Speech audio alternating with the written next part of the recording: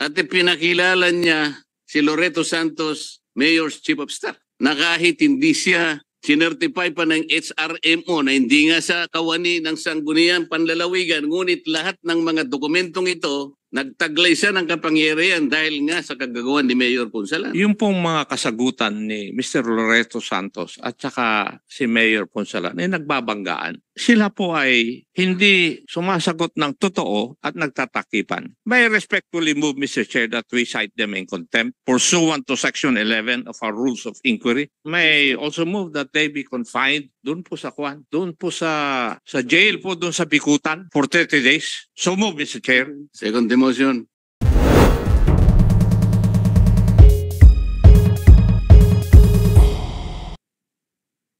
Mr. Mayor, in what capacity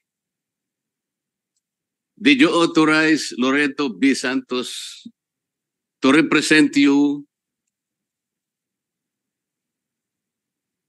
in the regular session of the Municipal Council of San Simon held on March 3, 2020 at 10 o'clock in the morning? Your Honor, hindi ko po siya inutusan para i-represent ako sa Municipal Council. Yung salita po ninyo ay kinokontra nung mismong dokumento na ginawa po ng SB Secretary at Municipal Councilor Beda Pineda. Ito po. Honor, with due respect, during the session of the Sangguniang Bayan, I was not there and I'm not belong to the Sanggunian. Ako po ay Chief Executive. Hindi po ako pwedeng magsalita or magutos po doon sa Sangguniang Bayan. Alam po namin yun, Mayor eh. Ang sinasabi ko lang po rito ay malinaw na nakalagay dito sa official record ng munisipyo ng Municipal Council na nag-appear doon si Loreto Santos on other matters. Mr. Santos, hindi ba totoo na nag-appear ka on March 3, 2020?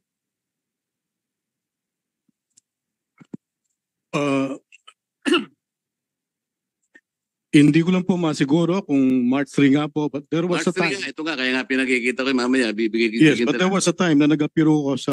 Ito nga lang, March 3, 2020 ang sinasabi ko. Ito. Yes. Kung ang Ang pinag-uusap... sabi ni Mayor, hindi ka raw niya inutusan. Bakit nandun ka? Ang nag-appear po ako sa isang session dahil po ito yung meron akong complaint na dinidiscuss sa council against former or late Mayor Wong. Yun po yung Mr. natatandaan ko Santos, nag-appear teka po muna, ako. ang tinatanong ko sa iyo, ang nakalagay rito, your appearance is to represent the office of the mayor, nandito sa calendar of business. Pagkatapos, dito sa minutes ng meeting, on the regular session, ipakikita ko sa iyo kung ano ang pinagsasabi mo rito. For example, ang sabi mo, ito page by page. Ang sabi mo rito, you argued that you can speak before the Sanggunian because you were authorized by the mayor. Ito, nakalagay rito. Okay? Sabi ni mayor, hindi kanya inauthorize. Sino nagsasabi ng totoo sa pagitan yung dalawa? Nandito nagsalita kayo. Ang sabi ng presiding officer, she maintained that mayor should be the one to explain himself on the issue of corruption against him because he was voted by the people and is answerable to them. Mr. Santos, ano po yung personalidad ninyo para magsalita po kayo doon sa council?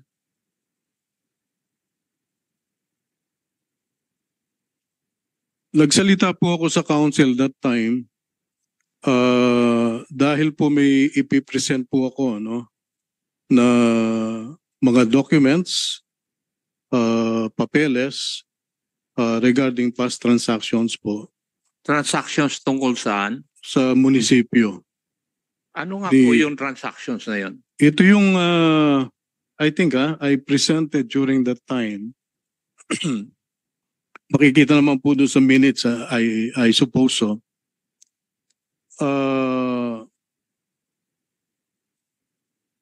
papeles about, I think,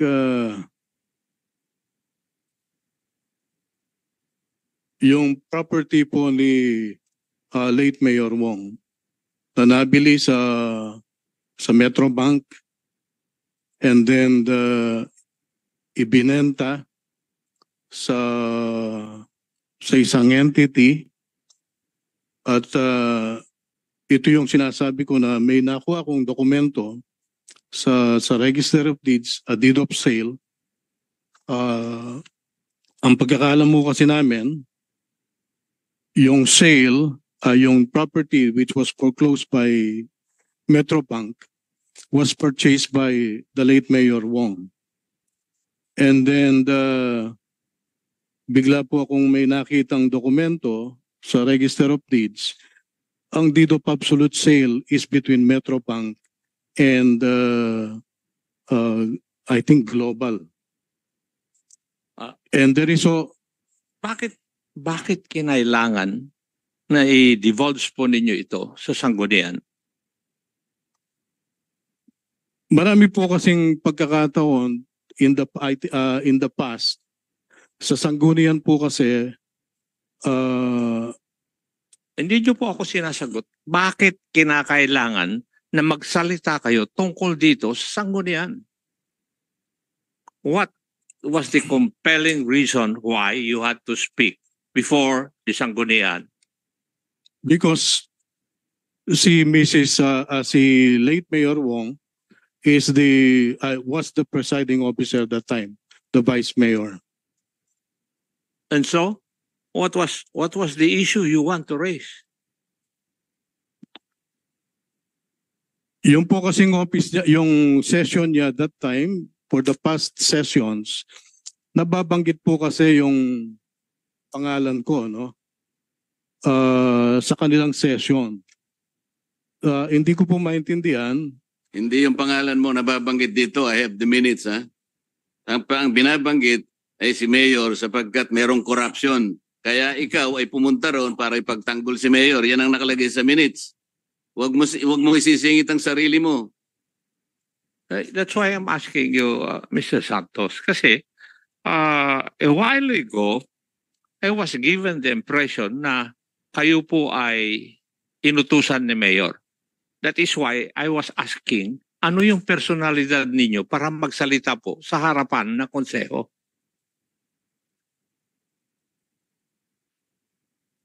Nahihirapan ka ngayon. Ano ang personalidad mo? Why do you have to speak before sanggunian?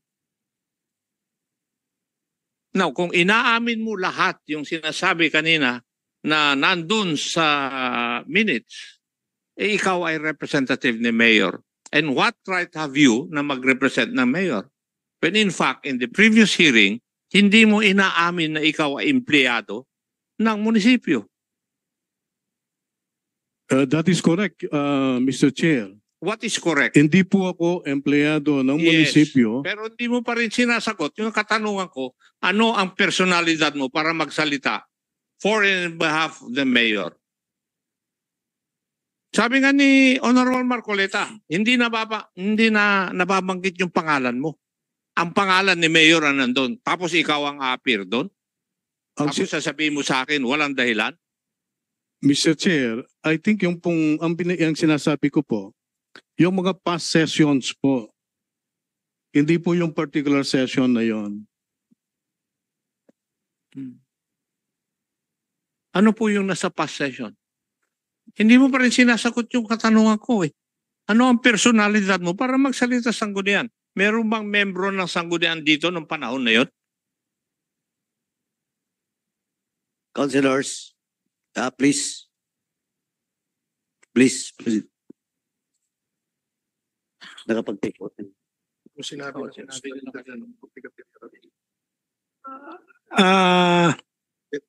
Ako po si Beda Pineda, former councilor of San Simon po. Kayo po ba ay konsehal nung nagsalita si Mr. Loreto Santos sa inyong konseho? Opo. Bakit Yes, bakit po siya nakapagsalita doon? Actually po, ang natatandaan ko po, ang nangyari po sa konseho binabanatan po ang aming former mayor po. Di Yung tama po nakara- yung sinasabi ni Honorable Marcoleta. Ang pinag-uusapan doon sa konseho, doon sa alleged na corruption na ginagawa po ni Mayor. Opo, yung pong nakaraan, yun po yung that time po nung hindi pa po ako councilor noon eh. Nung pagkaupo po ni Mayor JP po, dahil hindi po magandang kanilang relasyon po, si Mr. Santos po, at nag-appear po sa aming sa konseho po, rene-represent po ang aming mayor po, si Mr. Ponsalan po.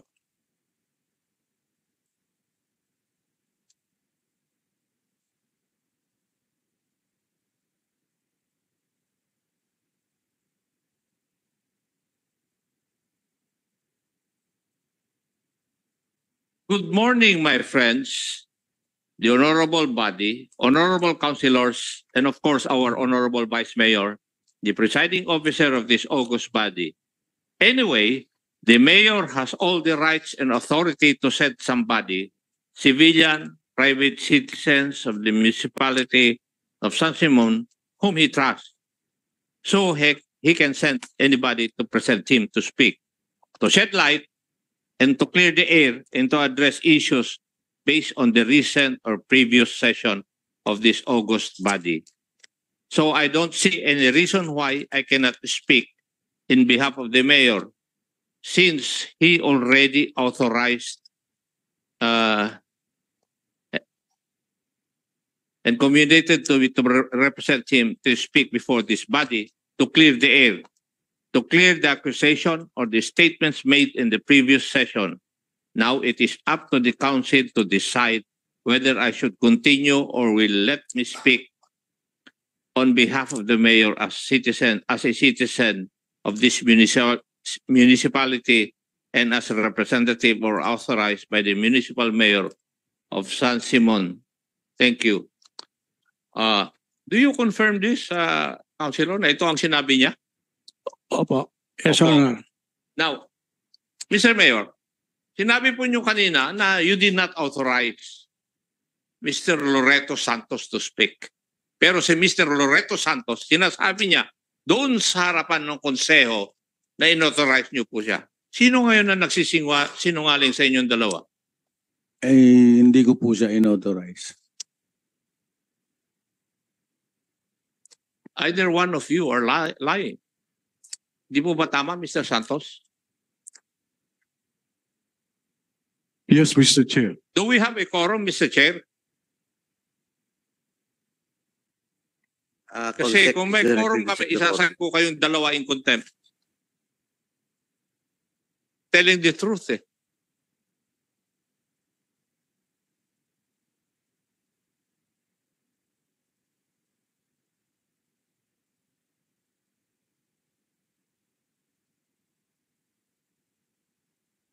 Wala. With the query of Chairman Akop, we have a quorum. We have a quorum? Yeah, we have at least 5 members in the Zoom, and we only need at least 7 members to have a quorum. Please proceed, Chairman Akop. Yes.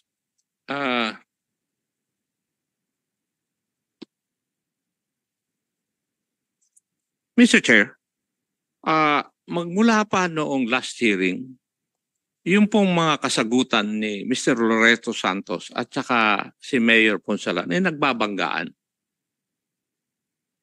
Di po ba? Kitang-kita naman natin from the minutes of the previous meeting which I have at ngayong hearing na ito.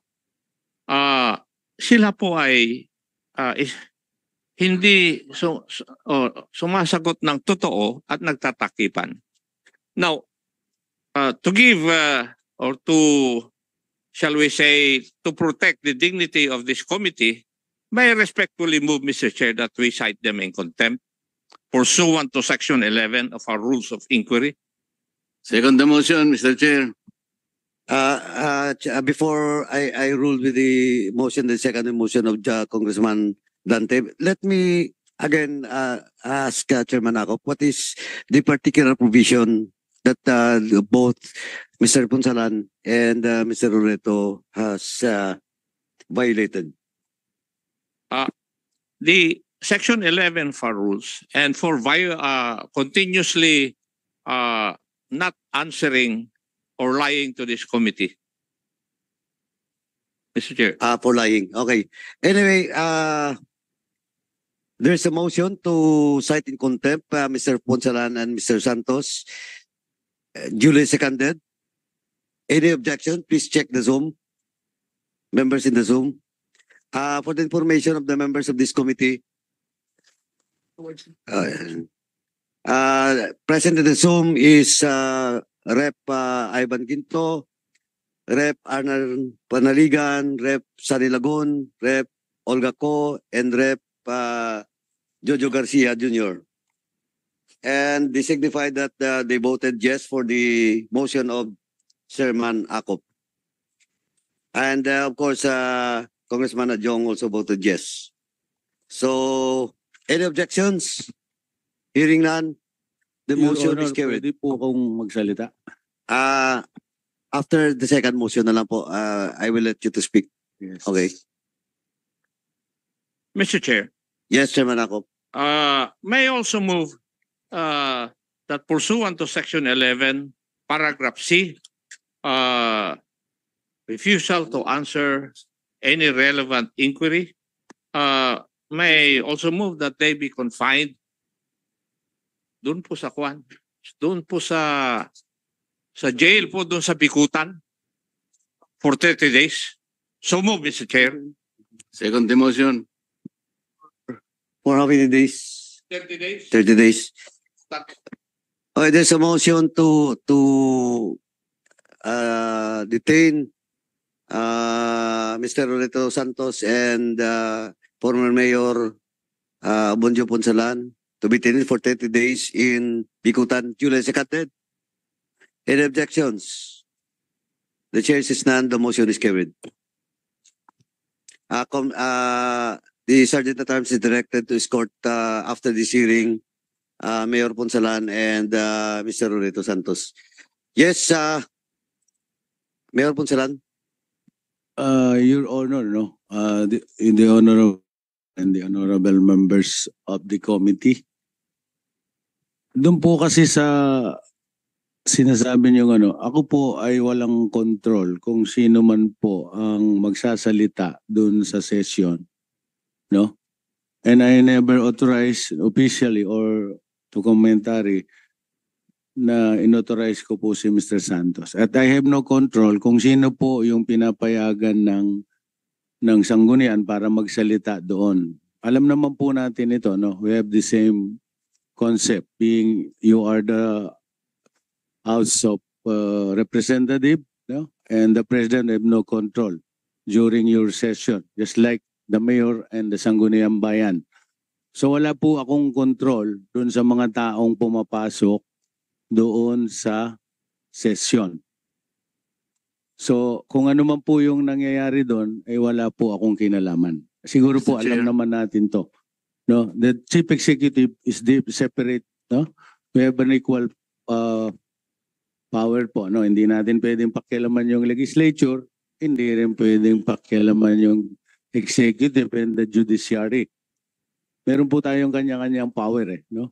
Sinasabi ko lang po to at alam ko alam niyo po to, mas marunong po kayo sa akin. I have no control in session, during the session of the Sangguniang Bayan. Kung sino man po yung nagsasalita doon, wala po akong control. Igamitin man po yung pangalan ko. I keep saying to the people of San Simon, hindi ko po ino-authorize kung sino man maging empleyado o pribado na gamitin po ang aking pangalan. Andiyan po yung mga negosyante dyan, nakakausap ko. Real still is there. Wala po kong ginagamit na tao para i-represent ako. Even sa mga meeting ko po sa mga businessmen, sa mga publiko, no? Kaya ako po umaapila. Alam po natin, I have no control to the Sangguniang Bayan. Kasi hindi ko po sila pwedeng diktahan. Kung during the session, wala po ako, di po ako pwedeng mag-attend. Alam niyo po yun. So ako po ay maapila, no? Hindi ko po control ang aming Sangguniang Bayan. At we have separate power. Alam po natin lahat ito.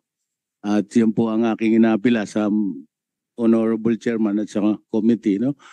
Sana po maging maunawain tayo. Tayo po ay lahat naman, no? Kayo po ay nasa Congress. Naintindihan po natin kung ang ating mga trabaho. Ang Pangulo, kung hindi po iimbitahin, hindi po pupunta rito. No? Nagsasabihin mo ba kami, Mayor? Hindi po. Ako po'y humingi ng pangunawa. Ah, Hindi ko po control ang aming sanggunian. Yun lang po. Maraming salamat po. the manifestation of Mayor Ponsalan is duly noted, and I'd just like to remind the Mayor Ponsalan and Mr. Loreto Santos that you have all the right to file a motion for reconsideration for this committee with regards to the decision for both of you to be cited in contempt. You have all the rights. Yes, Mr. Chairman. Please, Magpapile po ako in written form. In written form. Mr. Chair, Yes, Congress Chairman Akop. I do not see any reason why a citizen of the municipality of San Simon will request or will undergo the trouble of requesting the Sangguniang Bayan of that municipality for him to defend the mayor. Isipin po natin, ano po kaya ang dahilan ni Mr. Santos para humarap doon po sa Sangguniang para i-depensa si mayor? Di po ba? Maliban lang kung magkumpare, magkaibigan o nautusan siya para magsalita doon sa harapan ng konseho. Kahit sino po sa inyo, magsasalita po ba kayo, i-depensa yung mayor ninyo na walang utos? Kung hindi kayo magkamag-anak, kung hindi kayo magkumpare, magkaibigan? Ano ang dahilan ni Mr. Santos para magsalita doon sa harapan ng konseho? Mr. Mayor, could you please answer that? Kasi po, si Mr. Santos ay Maiintindihan ko sana, Mayor, kung siya'y haharap para sirain ka o maging witness laban sa iyo. Pero yun, dinidepensa ka eh. Alam mo, Mr. Mayor, matagal po ako investigador at naiintindihan ko po yung sitwasyon. I cannot find any motive or any logical reason for Mr. Santos to appear before the Sangguniang Bayan para i-depensa po kayo. Maliban lang kung kayo magkamag-anak na hindi magkaaway. Maliban lang kung kayo magkumpare ang dikit. Or maliban lang kung inutusan po niyo siya. Marami pong salamat, Mr. Chair. Thank you for the manifestation, Congressman Akop. Mr. Chair, Kong Dante, is I it am not related to the yes, contempt yes. order? Please proceed. Just a rejoinder. I'm not convinced with the explanation of the mayor. Dito pa lamang po sa calendar of business. Mr. Pedro Pineda, nandyan po kayo kanina. On other matters, nilagay po ninyo sa calendar of business appearance of Mr. Loreto B. Santos representing the office of the mayor. Yes, Your Honor. Kayo po ang gumawa nito, chinek nyo to, at ang nag-prepare nito si George Carreño, Sangguniang Bayan Secretary. Actually po, ang pagkakalam ko Wala dyan, pa akong tanong eh. ah, Hindi pa nyo tinanong? Kasi bago nyo nilagay ito, ang pagkakalam ko po, other matters na lang po yan eh. Kaya other matters nga eh. Yes, yes. Mag-a-appear sa inyong regular meeting si Loreto Santos. Yes, sir. Ito yung agenda ninyo. Yes, Your So kung Honor. hindi totoo na siya ay inutusan ni Mayor, hindi nyo ilalagay itong number 8, which is other matters. Meron ka namang paraan para tanungin mo eh. Actually po, hindi ko po nakausap si Mr. Santos po eh. Ang nakita ko na lang po sa calendar of business namin po, yung other matters po, mag-appear po si Mr. Santos po. Siya pong pumunta. Kaya nga, pero dahil ikaw ay kasama naman sa regular meeting, hindi ba ini-insist ng presiding officer, ayaw niya sana na mag-appear si Mr. Santos? Hindi ba? Nandun ka eh. Hindi po. Actually po, ako po, sasabihin ko po ang totoo. Kasi po, yun pong hindi nila pagkakaunawaan po ng ang aming pong vice mayor at ang aming pong mayor. Parang ano po yung San Simon eruption.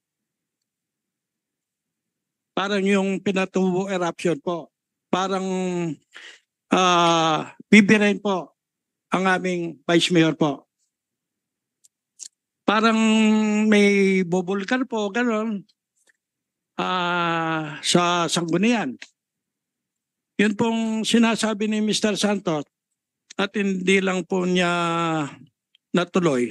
Yun po yung gusto niyang sabihin. Yung sa pagkakabili po ng lupa. Pero ang nangyari po, hindi po natuloy yun eh. At sinabi po ng aming Vice Mayor na hindi proper venue na pag-usapan nila yon. Yun nga yung aking gusto sabihin.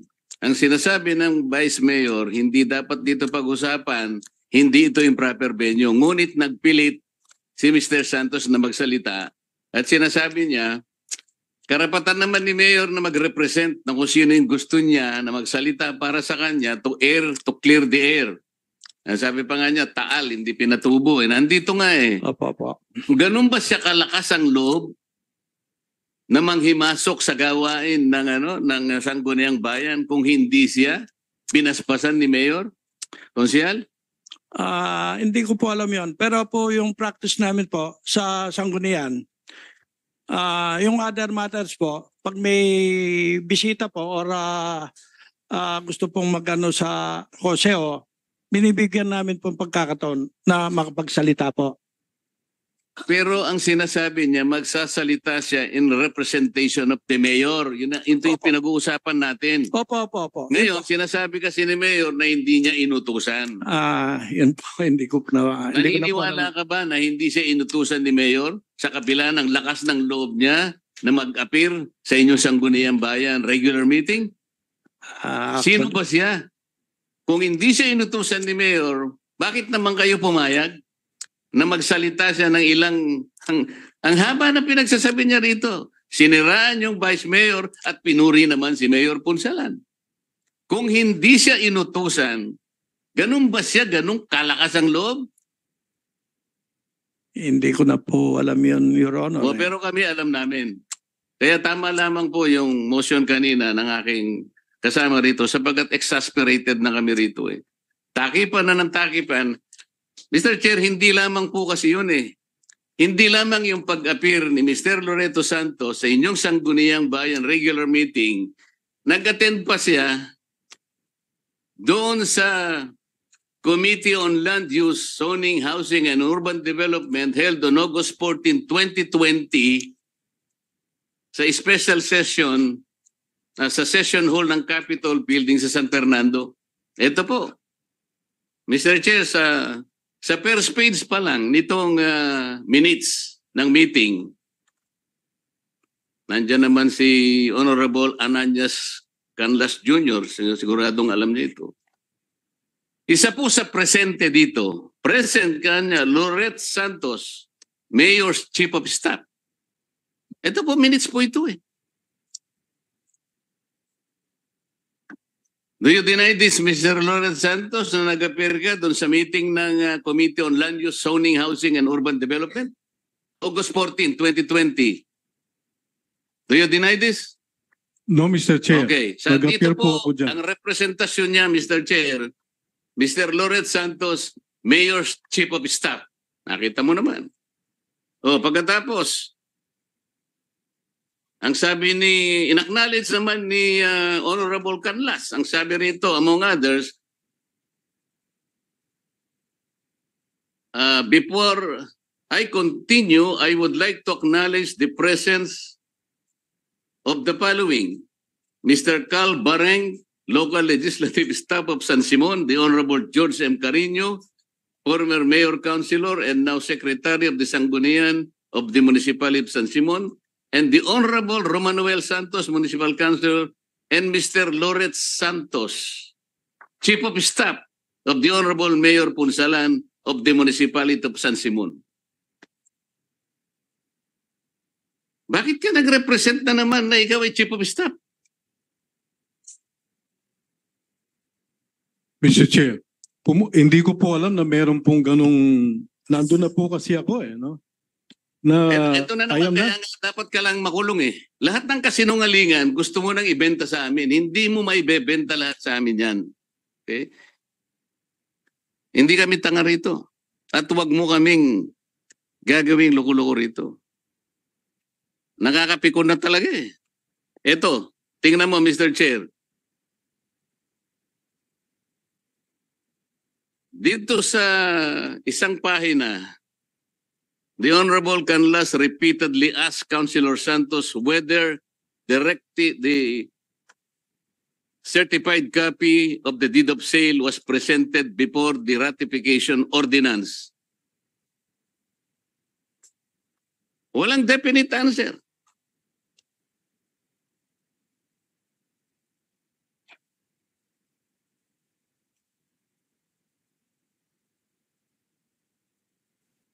Dito po maliwanag na yung deed of sale and titles were shown through cellphone and were alleged. Nandito po, wala si acting mayor, ano? Ang sabi po kasi nila, when they, nung pinag-uusapan nila yung ratification ordinance in regard to the sale of those lots, allegedly to expand the municipal hall of San Simon, nandun na raw yung kopya ng deed of sale. Ang totoo nun, Mr. Chair, wala. Sapagkat pictures of the deed of sale and titles were taken or shown through cellphone ni Romanuel Santos, allegedly taken before the session, February 20, but the photo indicated in the cellphone was taken on March 2 at 4:21 p.m. Nakita po, nasa minutes po eh. Ito sa minutes. Pictures of deed of sale and titles were shown through cell phone. It was taken before the session, February 20, as stated. May picture March 2 at 4:21 p.m. Sa mga tweet, kung February 20 ang ordinance ratification, nakuha lamang ni Romanuel Santos March 2. Wala pa talaga. Ngayon, ang pinag-uusapan natin dito,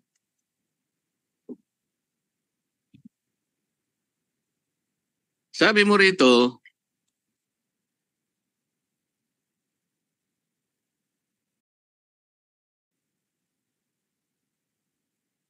tanong ni Honorable Canlas, yung pinasabyan kanyan, bungsod na nitang dakal magangkin king gabun. Kasi may litigation kasi yung lupa, Mr. Chair.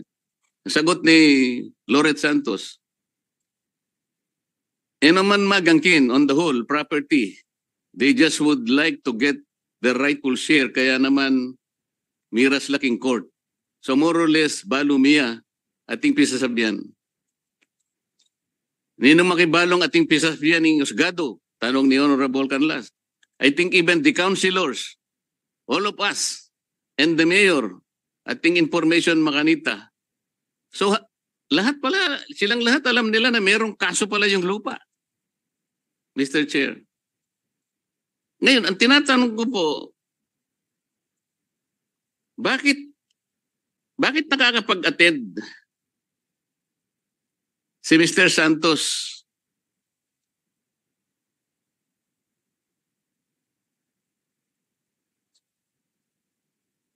Ang sabi pa po ni Mayor Punsalan, ito po kasi, Mr. Chair, I am showing the letter of Mayor Punsalan dated August 24, 2020, addressed to the Honorable Ananias L. Canlas Jr. Ang sabi po niya, Included in the invitation was a request by the attendance of the municipal treasurer, municipal accountant, municipal assessor, and municipal planning officer.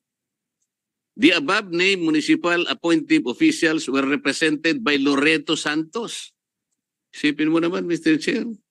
In this particular hearing, the committee hearing of the Panlalawigan, Committee on Housing, Zoning, and blah, blah, blah, Mr. Santos, according to this letter of Mayor Punsalan, is to represent the municipal treasurer, municipal accountant, municipal assessor, and municipal planning officer. I-deny mo ba ito, Mayor? Ayan. Ayan ang pirma mo. Ganun po kalaki ang ginagalawan na role ni Mr. Loreto Santos. Hindi man natin alam kung sino ba siya talaga at bakit ganito na lamang ang ibinigay na kapangyarihan ni Mayor sa kanya. He can attend Sangguniang Bayan meetings. He can attend Sangguniang Panlalawigan meetings. O kasi naman, ito, nabanggit ko na. On August 13, 2020, before the August 14 meeting of that Committee of Sangguniang Panlalawigan, again, Mayor Punsalan wrote the Sangguniang Panlalawigan at pinakilala niya si Loreto Santos, Mayor's Chief of Staff. Sir Ombudsman, ito lahat ang mga dokumentong nagpapatunay na kahit hindi siya sinertify pa ng HRMO na hindi nga sa kawani ng Sangguniang Panlalawigan, ngunit lahat ng mga dokumentong ito nagtaglay siya ng kapangyarihan dahil nga sa kagagawan ni Mayor Punsalan.